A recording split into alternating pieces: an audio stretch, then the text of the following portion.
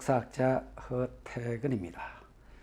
우리는 TV를 보면서 요즘 상당히 인기 있는 프로들이 많습니다. 그 중에서도 한 부분을 차지하는 게 사극 드라마가 되겠죠, 그죠? 근데 사극 드라마를 보면서 저는 가끔 저 픽션이 좀 심하구나라는 생각들을 많이 합니다. 그로 인해 가지고 조선시대 때의 왕실의 꽃이라고 말할 수 있는 궁녀나 그리고 왕실의 막중한 책임을 지고 일을 하는 내실, 이런 분들에 대해서 잘못 방영이 되거나 잘못 구성이 되어서 사람들이 오해를 할 수도 있겠다라는 생각에 이번 시간에 궁녀라는 주제를 가지고 정사, 즉 우리 실록의 기록이나 그리고 사서들을 바탕으로 해서 한번 궁녀를 강의해 보도록 하겠습니다. 자, 여기 보시면은 움직이는 왕실의 꽃 궁녀입니다. 조선시대 궁녀는 대략 400에서 한 600명 정도 되는 걸로 전해지고 있습니다. 그런데 이제 왕실에 있는 궁녀를 해가지고 우리가 생각하는 여성 공무원, 즉 정식 관원은 아니죠. 이 600여 명의 궁녀들 중에서 정식 관원이라 볼 수 있는, 즉 여성 공무원으로 볼 수 있는 사람은 한 200명 정도 됩니다. 이들을 이렇게 다시 한번 나눠보면은 이 궁녀들을 이제 크게 세 가지를 나누죠. 한 부류는 정말 우리가 말하는 상궁. 상궁은 대략 왕실에 입걸한 지가 30년 정도 지나야만이 상궁이 될 수가 있습니다. 그리고 두 번째는 우리가 말하는 나인이죠. 나인. 이 나인은 왕실에 입걸한 지가 15년 정도 돼야만이 나인이 될 수 있습니다. 그 다음에 왕실에 태어나서 한 3살, 4살쯤 돼서 들어와가지고 왕실에 수업을 받고 풍습을 익히고 심부름을 하면서 수업을 받은 사람들, 이 사람들 애기 나인이라 하죠. 그러니까 정식 궁녀는 상궁, 나인, 애기 나인, 이렇게 해서 이 사람들이 정식 궁녀라고 볼 수 있고, 그 다음에 나머지는 각심이, 즉 궁녀들의 심부름을 하는 비자죠. 비자. 그 아래 것들이다 이 말입니다. 그 다음에 두 번째는 무수리. 무수리라는 사람은 이게 원래 몽골어입니다. 우리 반도가 다시 말해서 고려시대 때에 원나라의 지배를 받았고, 원나라 지배를 받으면서 원나라에서 우리나라의 공녀를 많이 데리고 갔습니다. 그리고 원나라에서 또 우리나라에 쓰는 말들이 많이 흘러 들어왔습니다. 그래서 원나라, 즉 몽골어로 소녀라는 뜻이 무술입니다. 그리고 왕실에서 일하는 소녀라고 해가지고 무술이. 이 무술이는 주로 하는 역할이 심부름이죠. 불목이, 즉 불을 떼거나 물을 길어오는 사람들, 그리고 청소하는 사람, 이렇죠. 그 다음에 이제 각심이, 각심이라는 사람도 역시 그 밑에 여관들, 여관이라는 궁관이죠. 다시 말해서 말하는 궁녀, 정식 궁녀들의 심부름하는 사람들이죠. 이 사람들은 각심이, 무술이 또는 수사, 뭐 이런 사람들은요, 거의가 비자인데, 그러니까 하인들이죠. 이 하인들은 왕실에서 살지 않습니다. 전부 출퇴근하는 궁녀들이라고 볼 수가 있습니다. 그러면 이 궁녀의 선발 기준은 어떻느냐? 궁녀의 선발 기준은 첫째, 역적 집안이 아니어야 한다. 당연하겠죠. 왜냐하면 왕의 선을 입을 수가 있고, 왕의 선을 입으면은 왕의 혈통을 간직하고 기르는 사람이 되는데 어째 역적의 딸이 될 수 있겠습니까? 첫 번째 조건은 절대 역적의 집안의 딸이 아니어야 한다는 거예요. 그 다음 둘째는 중인 집안 이상의 여시여기여야 한다. 왜? 왕의 여자이니까요. 왕이 고귀한 신분을 모시는 여성이 낮은 신분은 아니겠죠. 그래서 초창기 여관, 즉 궁녀를 뽑을 때에는 사대부가 집에서 뽑았습니다. 그래서 사대부가 집에서 자기 딸을 평생 혼자 살게 하는 일을 시키고 싶지 않은 거죠. 그리고 지원이 없습니다. 지원이 없으니까 이것이 이제 중인계급으로 내려왔습니다. 물론 중인계급보다도 더 낮은 신분이 있기는 합니다. 그러나 원칙 선상에서는 중인 이상의 신분이어야 한다는 거죠. 그 다음 어미 출신이 미천하지 않아야 한다. 아시겠죠? 엄마가 미천하면 안 되잖아요. 종목법이라 가지고 자식이 엄마의 신분을 따르고 엄마의 혈통을 계승한단 말입니다. 그러니까 미천하면 당연히 안 되죠. 왕실 들어오는 왕이 해제가 되는데, 그런데도 불구하고 왕실에는 미천한 여자가 있기도 했습니다. 나중에 뒤에서 보면 압니다만은. 넷째, 남자 관계가 없어야 합니다. 왕의 여자이니까 절대 성길이 보장돼야 되겠죠. 그래서 우리는 드라마를 보면은 앵무새 피를 가지고 이렇게 검사를 하는 과정이 나옵니다. 근데 이것도 사실 그게 정말 앵무새 피가 맞을까? 라는 생각을 해보는 게, 왜냐하면 앵무새가 사는 지역은 열대지방이거든요. 유기니 지역 같은 그런 곳에서 사는 게 앵무새입니다. 이 한반도에 어떻게 앵무새가 있습니까? 그걸 물론 또 잡아올 수도 있겠죠. 그럼 그게 600여 명에 가까운 여자들을 검사를 한다는 게 과연 가능했을까? 이런 생각을 또 해봅니다. 그러면은 왜 사람들은, 아니 남자들은 순결한 여성을 원했을까? 그 이유는 남자들이 재산이 축적이 되고 또 재산의 규모가 커지면서 자기 재산을 온전한 내 자식에게 넘겨주고 싶은 거죠.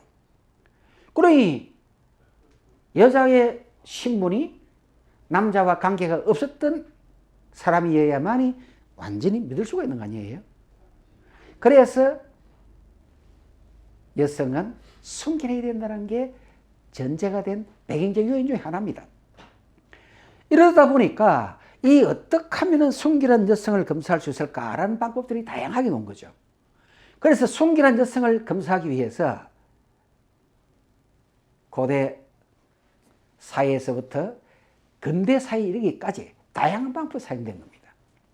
그 예로 중국에서는요, 남녀관계가 성관계를 할 때에 바닥에 하얀 비단을 깔아놓고 관계를 가진 후 떨어진 낙콩, 그러니까 붉은 피가 떨어진 걸 보고 아, 이 여성이 순결한 여성이었다, 아니었다를 판단했대요. 그 다음에 두 번째는 이게 중세 사회에서 연금술사들이 여성의 오줌을 가지고 검사를 해서 이 여성이 순결성이 있는 여자다, 없는 여자라고 판단했답니다. 또 독일에서는, 근세 독일에서는 여성의 목둘레를 가지고 아, 이 여성이 순결한 여자다, 아니다라고 판단했대요. 물론 방법이 어떻게 했는지 자세한 방법은 모르겠습니다만은, 이렇게 지구촌에 사는 남성들은 여성의 순결을 원했고, 그 순결한 여성을 구분을 어떤 식이든 간에 하기 위해 다양한 방법들이 쓰인 것도 사실입니다. 그런데도, 그러니까 당연히 왕실의 여자니, 그 왕실의 여자니까 당연히 남자 관계가 없어야 되겠죠. 그래야만이 온전한 왕실의 혈통을 이어받을 수가 있으니까요. 자, 그러면 이제 이런 궁녀는 왕실의 이끌을 하게 되면은 조금 전에 설명했던 대로 여관, 조선시대 때의 여성 공무원이라고 했죠. 수입도 대단합니다. 나중에 뒤에서 월급표를 보여드리겠습니다만은, 이 조선시대 여관이었던 궁녀는 그 여관에는 크게 세 가지를 했죠. 그죠? 상궁, 나인, 애기나인. 세 사람만 여관이에요. 나머지는 전부 수사, 각심이, 무술이 전부 이 사람들은 여종입니다. 여종. 그래서 이 사람들의 궁강과 비자로 구분하는데, 자, 지금 여기 보이는 상궁의 의상입니다. 상궁은 왕실에 입궁한 지가 30년이 지나야 됩니다. 그래서 이 상궁은 옷 색깔부터가 벌써 이렇게 소매를 보십시오. 다르죠? 소매가. 그러니까 이 왕실의 궁녀는 옷 소매와 머리를 보고 구분해요. 그러니까 이런 옷을 입은 상궁은 30년이 왕실에 들어온 지가 지나야 됩니다. 그로 인해서 이들의 왕실에 들어와 가지고 30년이 지나면은 이제 상궁이 되고, 이 상궁 중에도 상궁의 분류가 여러 가지가 있죠. 제일 파워가 센 사람, 요즘 말로 제일 계란을 노른자의 힘 있는 상궁은 제저상궁입니다. 그리고 두 번째 감찰상궁이죠. 감찰상궁은 궁녀들의 규율, 그리고 왕실에서 지켜야 할 준수사항들을 감찰하는 사람이 감찰상궁이죠. 조선시대 같은 정부 같은 사헌부에 가까운 그런 막강한 권력을 가진 사람이죠. 즉 궁녀들에게는 사헌부 대사헌쯤 생각되는 사람이 감찰상궁이죠. 그 다음에 또 입상궁이라는 사람이 있어요. 입상궁은 왕실에 조금 전에 설명했던 대로 30년이 지나야만이 왕실에 들어와 가지고 상궁이 될 수 있는데, 이 양반은 소개로 바로 들어와요. 그러니까 남의 입을 통해 가지고 들어왔다 해가지고 이 사람을 입상궁이다라고 부릅니다.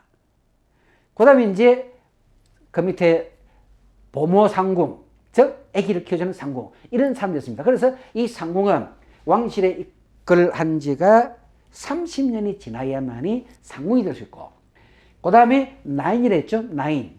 이 나인은 소매가 이렇게 적색으로 표기가 됩니다. 그래서 소매 숫자를 가지고 홍수아이라고 부릅니다. 왜? 붉은 옷을 입고 다니는 아이라 해가지고 홍수라고 부르게 하고, 이 나이는 왕실에 입궁한 지가, 즉 입궁한 지가 15년이 지나야만이 나인이 돼요. 그리고 15년이 지나고 나면은 이제 그때 관례를 치릅니다. 관례. 왕의 이게 사모관대를 갖다 놓고 결혼식 하는 것처럼 정식으로 치르게 돼요. 그래야만이 나인이 됩니다. 그 다음에 이제 아기 때 3살, 4살 때에 들어와가지고 15년간 요렇게 붉은 옷 소매를 해가지고 머리는 요렇게 뒤로 생각시 머리를 하죠. 요렇게 따서 올려서 왕실에서 15년을 왕실 수업을 받는 아이입니다. 그래서 이렇게 궁녀는 조선시대 때 대략 400에서 600명 정도, 많을 때는 2000명 가까이 됐다는데, 그것은 연산군 시대라고 이야기를 합니다. 어쨌든 기본적으로 거의 400에서 600이에요. 400에서 600인데 그 중에 실제 조선시대 여성 공무원이라고 볼 수 있는 사람은 약 200명 정도, 다시 말해서 상궁 나인 생각시는 약 200명 정도밖에 안 된다. 이런 궁녀에 대한 계보를 만들어준 것은, 자, 당시 보시는 대로 1428년 세종 때 궁녀들도 내명부제에 편입이 된다. 그러니까 세종 때 이제 내명부제에 이 사람들이 편입이 되면서 정식 여성 공무원이 된다는 거예요. 그 다음에 이제 두 번째는 성종 때 18관등제에 의해 가지고 이들의 간품이 정해집니다. 그리고 여성들도 이 관등제가 있는 거예요. 제1관등이 누구냐? 빈이죠. 후궁, 장희빈, 숙빈 하듯이 빈이 붙었다. 그죠? 이 사람들이 정일품이에요. 그 정일품에서 종사품, 수건, 요까지가 여성들의 꽃이죠. 이 꽃은 아무나 안 됩니다. 왕실에 30년이 지나도 40년이 지나도 안 됩니다. 오직 정일품 빈에서 종사품 수건까지 되려면은 왕의 성은을 입어야 해요. 그래서 왕과 하룻밤을 자고 나면은, 즉 왕과 동침을 하고 나면은 그때부터 가장 낮은 종사품 수건부터 시작됩니다. 차근차근 이제 올라가서 제일 높은 정일품 빈이 되는 거죠. 요까지는 정일품에서 종사품까지는 왕의 성을 입어야 하고, 왕의 성을 입지 못한 사람은 거기에 정5품부터 정6품까지는 상궁입니다. 상궁. 그 다음에 정7품에서 종8품까지가 나인입니다. 그 다음에 마지막 최말단 애기 나인이 종9품과 정9품입니다. 이래서 왕실의 여성들도 공무원처럼 이렇게 관등제가 정해져 있고, 그 관등제는 이렇게 세종 때 시작해서 성종 때 체계를 잡았습니다. 그래서 우리는 그때부터 부르기를 궁중여관이다. 그죠? 여관이라고. 그래서 이 궁녀들은 크게 3부로 구성이 되어서요. 상, 전, 주가 됩니다. 상은 여기 상궁들, 좀 전에 했던 정5품에서 종6품까지죠. 그래서 주에, 즉 절에 해당되는 사람은 나인, 정치에서 종8품까지 주는 9품의 여관들이다. 이렇게 볼 수가 있죠. 그 다음에 정식 궁녀의 관례를 보실까요? 정식 궁녀의 관례. 자, 왕실에 보통 소개로 들어갈 수도 있고, 뽑혀서 들어갈 수도 있고, 여러 가지 루트가 있지만은, 그 중에 대부분 10년마다 이렇게 한 번씩 뽑습니다. 뽑아서 들어갈 때에는 왕실에 3살, 4살 들어가는 경우가 제일 많대요. 들어가가지고 어려서부터 궁녀 수업을 받고 법도를 익히고 그래서 궁녀 되는데, 그럼 4살 때 들어갔다면은 15년이 지나야만이 정식 나인이 된단 말입니다. 15년이 지나면은 4살 때 들어가면 19살이죠. 그죠? 19살에서 보통 20살 정도 될 때에 나인이 이제 나는 왕의 여자야 하고 관례를 치릅니다. 그 관례를 치르는데 보시는 대로 입궁한 지 15해 치른다 했죠. 그죠? 관례를 치를 때 어떻게 하느냐. 친정집에서 친정부모가 음식을 만들어주고 또 거기에 관례에 필요한 모든 것들을 만들어서 딸에게 갖다 줍니다. 갖다 주면 이제 거기 상궁이 주례를 서고, 요즘 말로 주례를 서고 왕과 결혼식을 올리는 거죠. 나는 왕의 여자입니다. 오늘부터 하고 의식을 치르는 거예요. 그 의식을 치를 때 이제 그게 뭘 두느냐. 자, 여기 보시면은 여기에 관모가 있죠. 이 관모가 왕이 쓰는 관모입니다. 요 관모를 올려놓고 그리고 의식 절차에 의해서 관례를 치릅니다. 그리고 관례가 끝나고 나면은 친정에서 가져왔던 그 음식들을 자기가 모시는 대비전이면 대비전부터 제일 먼저 갖다 드리고, 그 다음에 자기가 모시는 상궁한테 갖다 드리고, 그 다음에 이렇게 쭉 나눠 먹어요. 그리고 그날부터 이제 자기 룸메이트가 생깁니다. 보통 한 방에 2명 내지 3명이 생활을 같이 하게 돼요. 평생 같이 가요, 이 사람들은. 이렇게 이제 상궁이 되기 전까지 같이 갑니다. 이러고 나서 이제 그 첫날 밤은 이 옆에 관모를 딱 두고 신랑님, 저 오늘 신랑님과 함께 잡니다. 라고 의식 행사를 말을 대내면서 같이 자요. 그리고 임금하고 동침을 했다고 생각하는 거예요, 이게. 그래서 이런 관리를 칩니다. 자, 여기 이제 실제 거의 한말의 왕실에서 있었던 관례를 치른 궁녀와 생각시들입니다. 여기 이제 관례를 치렀죠. 보시다시피 이렇게 옷을 완전히 다 시집간 것처럼 입었잖아요. 그죠? 그러면 이제 관례를 치고 나면 이렇게 저래서 머리도 딱 모습으로 달라집니다. 그렇죠. 요 옆에는 이제 생각시들이에요. 아이들. 그래, 3살, 4살 때 들어와가지고 대략 15년이 안 된 아이들이죠. 그래서 이런 사진들에서 볼 수 있듯이 이 여러 개 시집한 것처럼 옷을 입고 이렇게 다 완전히 혼례 의상을 갖추고 그 다음에 왕의 관모를 옆에 놓고 혼례식을 치릅니다.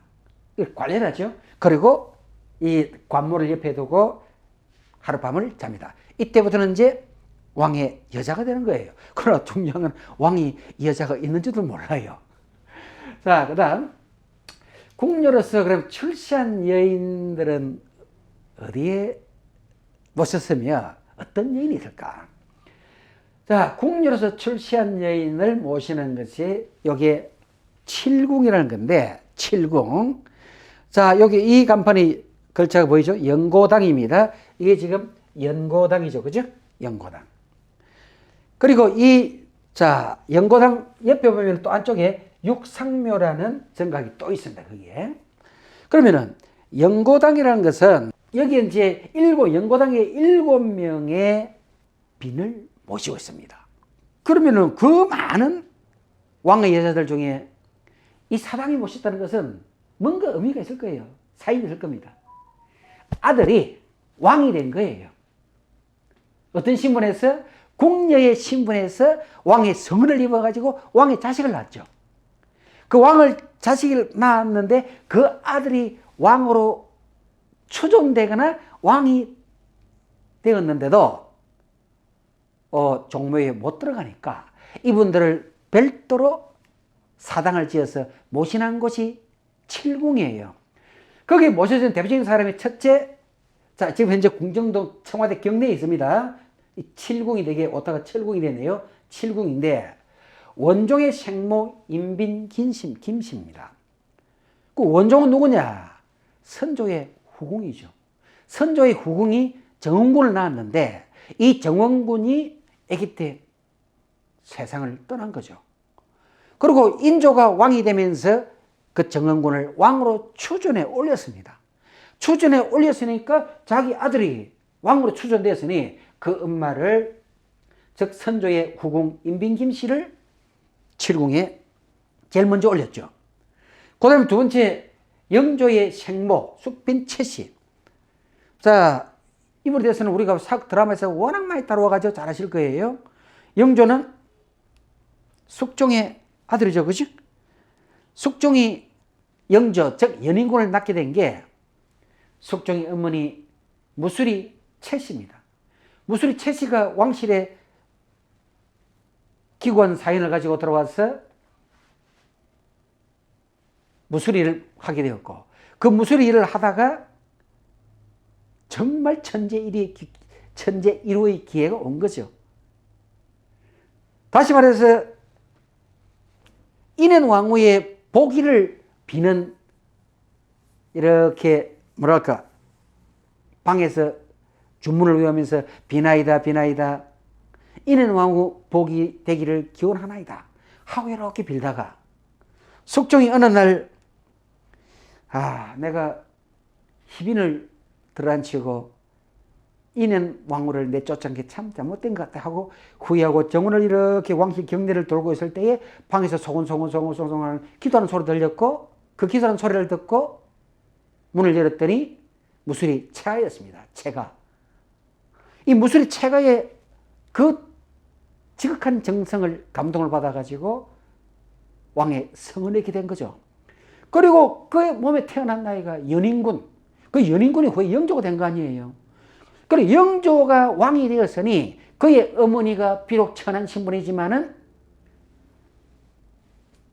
종사품 수군이 되었다가 그리고 점점 올라서 숙빈 채씨가 되었습니다. 그러니까 당연히 후궁에서 높은 빈으로까지 되었고 아들이 왕이 되었으니까 칠궁에 이렇게 두 번째 모셔진 거예요. 그 다음에 세 번째, 경종의 생모 희빈장씨입니다. 아마 사극 드라마 중에 제일 많은 주제가 된 게 인현 왕후 편이고, 그리고 거기에 실제 주인공은 희빈장씨죠.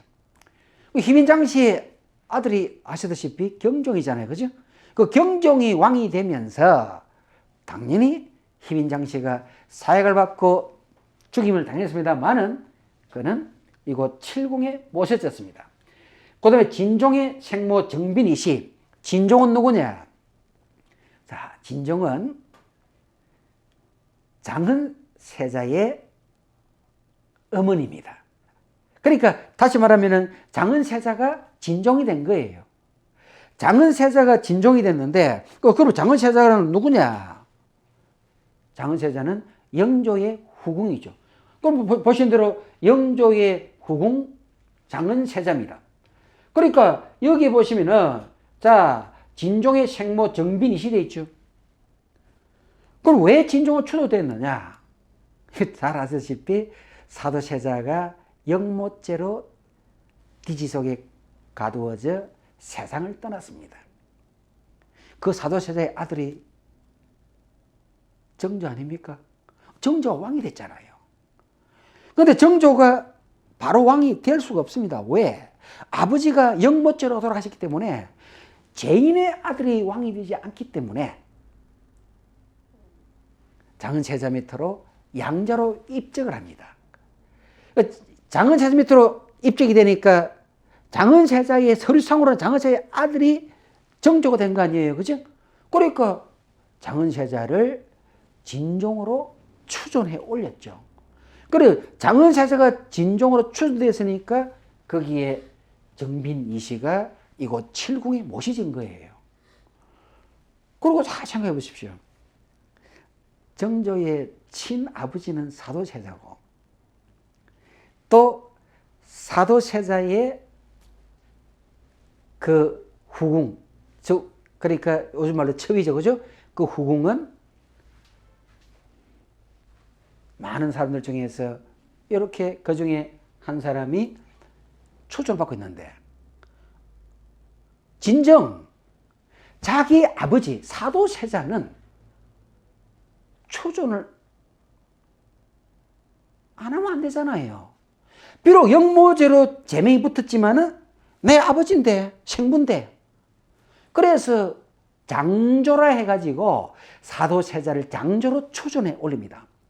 사도세자 장조로 추존해 되면서 추존해 올려지면서 사도세자의 어머니 영빈이 씨가 당연히 빈으로 올라가는 거죠. 그래서 칠궁으로 이렇게 오르게 된 겁니다. 그 다음에 여기 이제 마지막으로 영친왕의 생모 순은 기비 음씨가 올려지면서 7명이 이 자리에 후궁으로서 또는 추존된 왕의 어머니로서 존경을 받는 사람들이 이곳에 영고당에 모셔져 있습니다. 그러니까 궁녀로서 제일 출세한 사람이 조선시대 때에 7 여인이다. 이렇게 마무리 할 수 있겠죠.